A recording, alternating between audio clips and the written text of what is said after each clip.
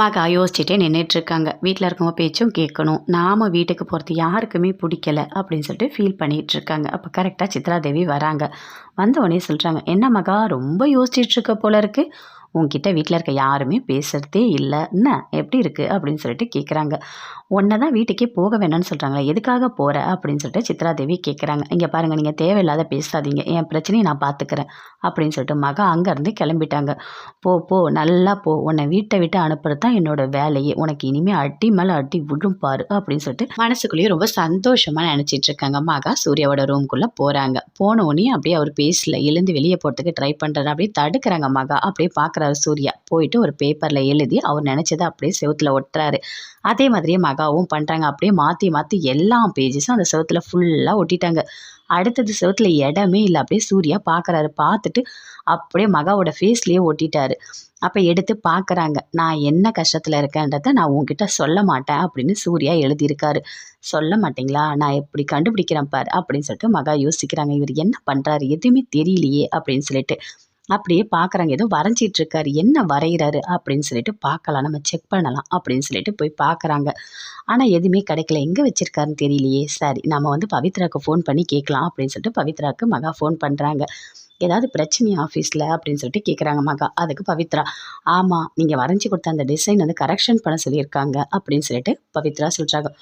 ஓ அப்படியா, சரி சரி அப்படின்னு சொல்லிட்டு மகா ஃபோனை கட் பண்ணிட்டாங்க. இதுதானா, ஓ இவர் வரைஞ்சிக்கிட்டு இருக்காரா, இப்போ வரைகிற அவதாரம் எடுத்திருக்காரா, டிசைன்லாம் வேற பண்ண ஆரம்பிச்சிட்டாரா, சரி சரி, கண்டிப்பாக நம்ம இதை கண்டுபிடிக்கணும், விடவே கூடாது அப்படின்னு சொல்லிட்டு யோசிக்கிறாங்க. சரின்னு உள்ளே போகிறாங்க. போயிட்டு ட்ரா ஓப்பன் பண்ணி எடுக்கிறாங்க. பார்க்குறாங்க. பார்த்துட்டு சிரிக்கிறாங்க. அதுக்குள்ளே அவர் வந்துட்டார். ட்ராவை மூடுறாரு. என்ன சூப்பராக வரைஞ்சிருக்கீங்க, நல்லா இருக்குது, கண்ணுக்கு பார்க்க ரொம்ப அழகாக இருக்குது, சூப்பராக இருக்குது, மறுபடியும் நீங்கள் எப்போ இந்த கலையை ஸ்டார்ட் பண்ணுவீங்க அப்படின்னு சொல்லிட்டு மகா கேட்குறாங்க. சூர்யாவுக்கு பயங்கரமாக கோவம் வருது. அப்படியே பாத்ரூம் ஓடி வந்துட்டார். அப்போ தலையை துடைக்கிறதுக்காக போகிறாரு. ஷர்ட்டை வச்சு துடைக்கிறாரு. அப்படியே மகா பார்க்குறாங்க. ஓகே ஓகே, நல்லா ட்ராயிங் பண்ணுறீங்க, சூப்பர், மறுபடியும் எப்போ பண்ணுவீங்க அப்படின்னு சொல்லிட்டு மகா கேட்குறாங்க. மகாவோட கையை பிடிச்சி அப்படியே இழுத்துட்டு போயிட்டு வெளியே வாசலில் தள்ளிடுறாரு. தள்ளிட்டு உள்ள கதவை தாப்பால் போட்டுறாரு. அப்படியே மகா சிரிக்கிறாங்க. ஓகே ஓகே சூப்பர் அப்படின்னு சொல்லிட்டு சிரிச்சிட்டே வெளியே வராங்க.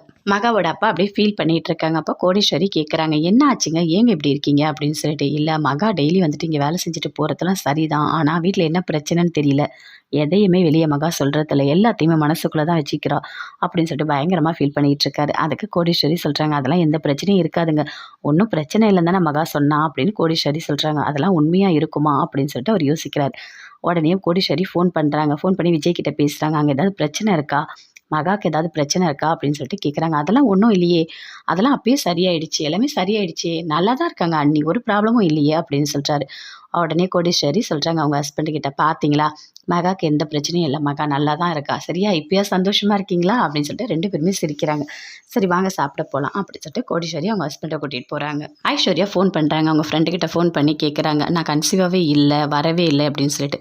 அதெல்லாம் கடவுள் கொடுக்குற வரோம், நம்ம கையில் இல்லை அப்படின்னு சொல்லிட்டு அவங்க ஃப்ரெண்டு ஃபோனை கட் பண்ணிட்டாங்க. ரொம்ப பசி எடுக்குது சரின்னு சொல்லிட்டு நல்லா பிரியாணி, சிக்கன் 65 எல்லாமே ஆர்டர் பண்ணிவிட்டு நல்லா சாப்பிட்டுட்டு இருக்காங்க. அப்போ கரெக்டாக காயத்ரி பார்த்துட்டாங்க. கிட்ட வந்து கேட்குறாங்க, என்னம்மா இந்த டைமில் சாப்பிட்டுட்டு இருக்கேன், எனக்கு காரசாரமாக சாப்பிட்ணுன்னு தோணுச்சு, அதனால பிரியாணி ஆர்டர் பண்ணி சாப்பிட்டுட்டு இருக்கேன் அப்படின்னு சொல்கிறாங்க. இல்லை இந்த டைம் சாப்பிட்டா செரிக்குமா அப்படின்னு காயத்ரி சொல்கிறாங்க. சரி வெத்தலை இருக்குது ஃப்ரிட்ஜில், அடுத்து சாப்பிட்டு படு சரியாகும் அப்படின்னு சொல்கிறாங்க.